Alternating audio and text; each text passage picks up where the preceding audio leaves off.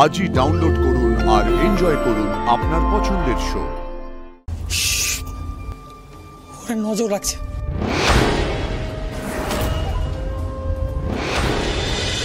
শোন, যেই লোকটা আমাদের থেকে টাকা নিয়ে সিট দেয় সেই লোকটা এই কলেজে আরো কি কি করে জানিস?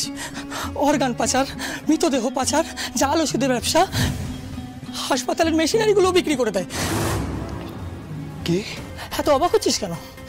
তুই এন্ট্রান্স দিয়েছিস? দিসনি তো, তা ওই কলেজে ভর্তি হয়েছিস। এইটা করানো কি এত সোজা? ওই লোকটা সব পারে।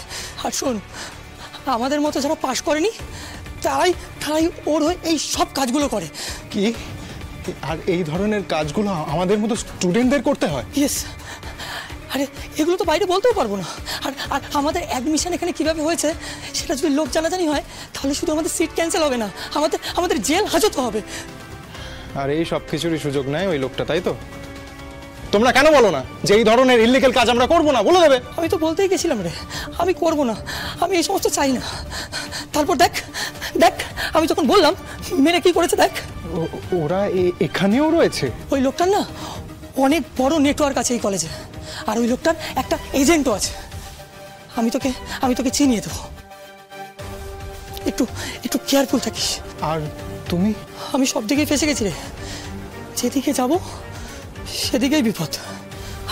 আর তুই কাউকে কিছু বলিস না রে, তাহলে তোরও বিপদ আর আমারও বিপদ। তুই কিন্তু কাউকে কিচ্ছু বলিস না, কিচ্ছু বলিস না।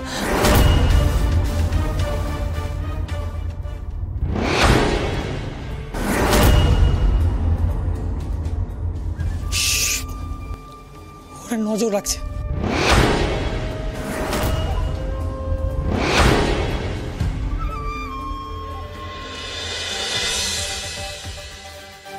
আমি কোনো চেক ইস্যু করিনি, আমি কোনো চেকে সাইন করিনি, অথচ এতগুলো টাকা চলে গেল।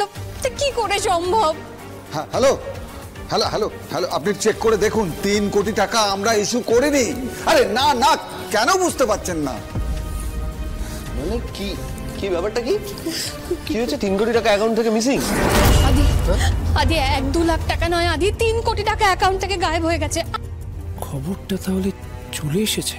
দাঁড়াও, এতগুলো টাকা অ্যাকাউন্ট থেকে চলে গেছে মানে এটা কি? তাহলে তো শুধু ব্যাংকের লোককে ফোন করলে হবে না, সাইবার ক্রাইমে যোগাযোগ করতে হবে। আদি ওখানে কমপ্লেন করে কি হবে? দেখ, অনেকেরই তো কোটি কোটি টাকা উধাও হয়ে গেছে, পুলিশ তো কিছু পারেনি এখনো উদ্ধার করতে। না না, তাও তো আমাদের চেষ্টা করে দেখতে হবে, তাই না? হ্যাঁ একদমই তাই। আমরা কি হাল ছেড়ে বসে থাকবো নাকি? এতগুলো টাকার ব্যাপার তোমরা কি করবে? মানে তোমাদের কি ক্ষমতা আছেটা কি? হ্যাঁ, আমাদের খুব বেশি ক্ষমতা নেই, আমরা জানি। ওরা তো চেষ্টা করার কথা বলছে, সেটুকু তো করা যেতে পারে। দেখো বাবা, সময় আর এনার্জি দুটো নষ্ট করে কোনো লাভ নেই, সেটা তুমি ভালো করে জানো। এটা এটা এটা বাদ দাও, অন্য কিছু নিয়ে ভাবো একটা। আরে কি বলছিস তুই? বাদ দাও মানে? আরে এই পয়সাগুলো আমাদের রক্ত জল করা পয়সা। যেটা করলে কাজ হতো সেটা তো অনেকদিন ধরে বলছি, সেটা তো কারোর কানে যাচ্ছে না। কবে থেকে তো বলছি মেডিনেসকে সুপার স্পেশালিটি লাক্সারি হসপিটাল তৈরি করার কথা। তাহলে তো এইটুখানি ফান্ড চলে গেলে হাফ পিতেশ করে বসে থাকতে হতো না আমাদের। রাইট। তোর কি মনে আছে মা ঠিক কি কারণে এমডি হয়েছিল? মনে আছে? মনে নেই তো? আমি তাহলে মনে করিয়ে দিই। মা এমডি হওয়ার কারণ ছিল মেডিনেসটাকে পেশেন্টদের সেকেন্ড হোম বানানো। মা ট্রিটমেন্ট নিয়ে ব্যবসাটা করতে চাইনি। আমাদের মেডিকেল বোর্ডেরও প্রত্যেকের তাই মতামত। তাই মেডিনেস যেভাবে চলছে আগামীতেও সেভাবেই চলবে।